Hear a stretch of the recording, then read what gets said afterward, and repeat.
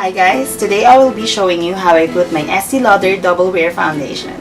First off, gagamit muna ako ng moisturizer kasi itong foundation na to, napaka-dry niya sa skin. So, importante na naka-moisturizer tayo.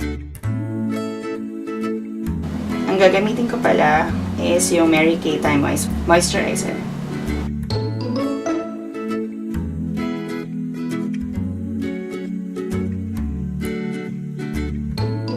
So, we will let it set muna for like 3 to 5 minutes. So, after nun, we are going to use a primer.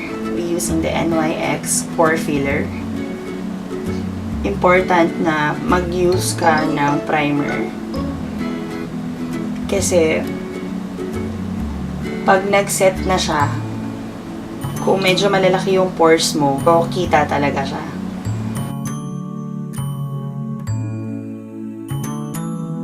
Kasi medyo malalaki yung mga pores ko sa bandang cheek area. Actually, itong foundation na to, wala kang problema kahit hindi ka mag-primer. Kung makinis naman yung mukha mo or hindi masyadong malalaki yung pores mo, okay lang kahit hindi ka mag-primer. Kasi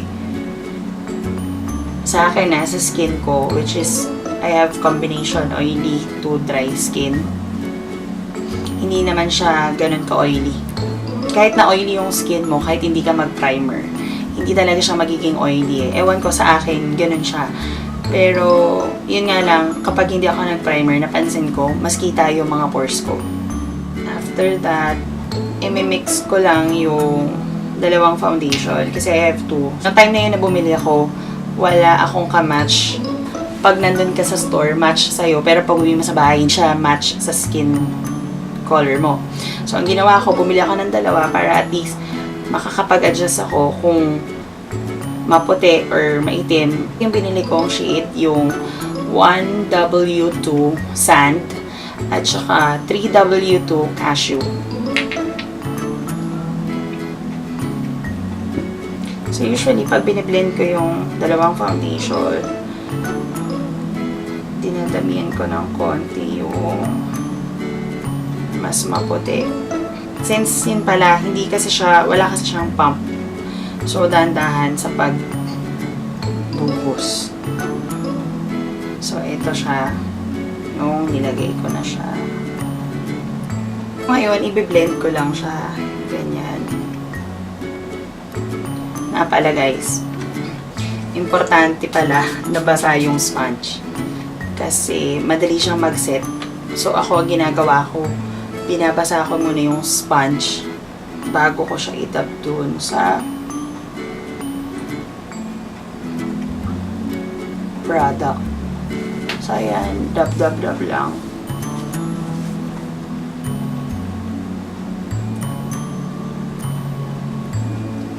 Sa akin kasi, kahit hindi basa yung sponge mo, sobrang bilis niya mag-set. Pag dinaanan siya ulit ng sponge, nagpapatsi-patsi na. Pero pag may tubig siyang halo, medyo matagal-tagal siyang mag-set. Tsaka napansin ko rin, mas maganda kung ang gamit mo yung beauty blender o kaya yung mga sponge na ganito kaysa sa brush. Kasi nga, madali siyang mag-dry. So, para walang mga bakas ng bristles ng brush, mas magandang gamitin tong sponge. At saka, syempre, alam naman natin na kapag sponge yung gamit, mas manipis yung pagkaka-apply ng foundation, mas natural tignan. Pero kasi itong foundation na to, medium to full coverage siya.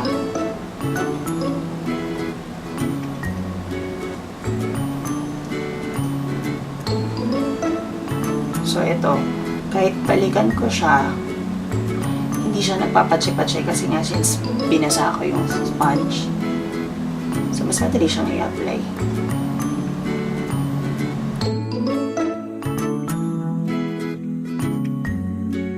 for me, kahit hindi ko na siya gamitan ng concealer, maganda talaga yung coverage niya. Ano nyo lang yung pag-apply ninyo, huwag yung masyadong dot-dot na dot-dot. Tsaka importante pala na nakaprep yung skin nyo talaga bago nyo ilagay ito. Since kasi nga, once na nag-set na siya, yun na siya eh. Yung binabilikan ko lang yung part na marami akong issue.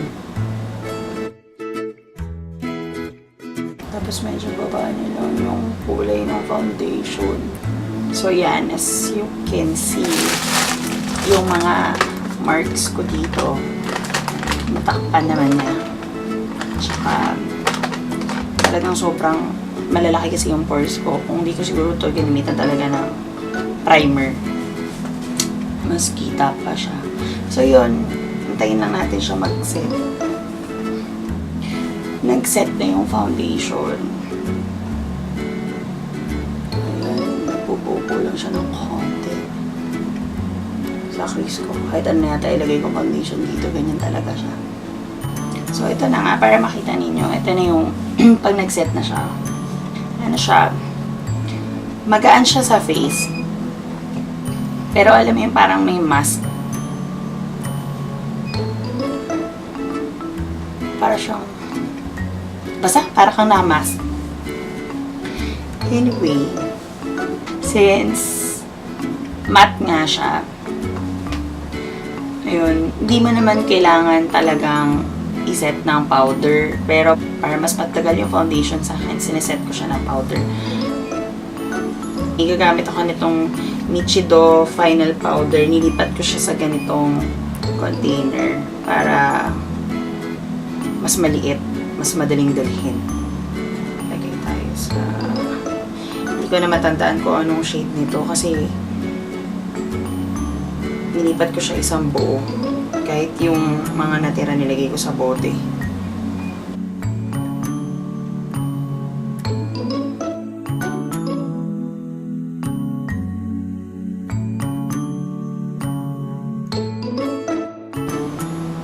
Lagyan na rin natin ito. Mga natirang powder.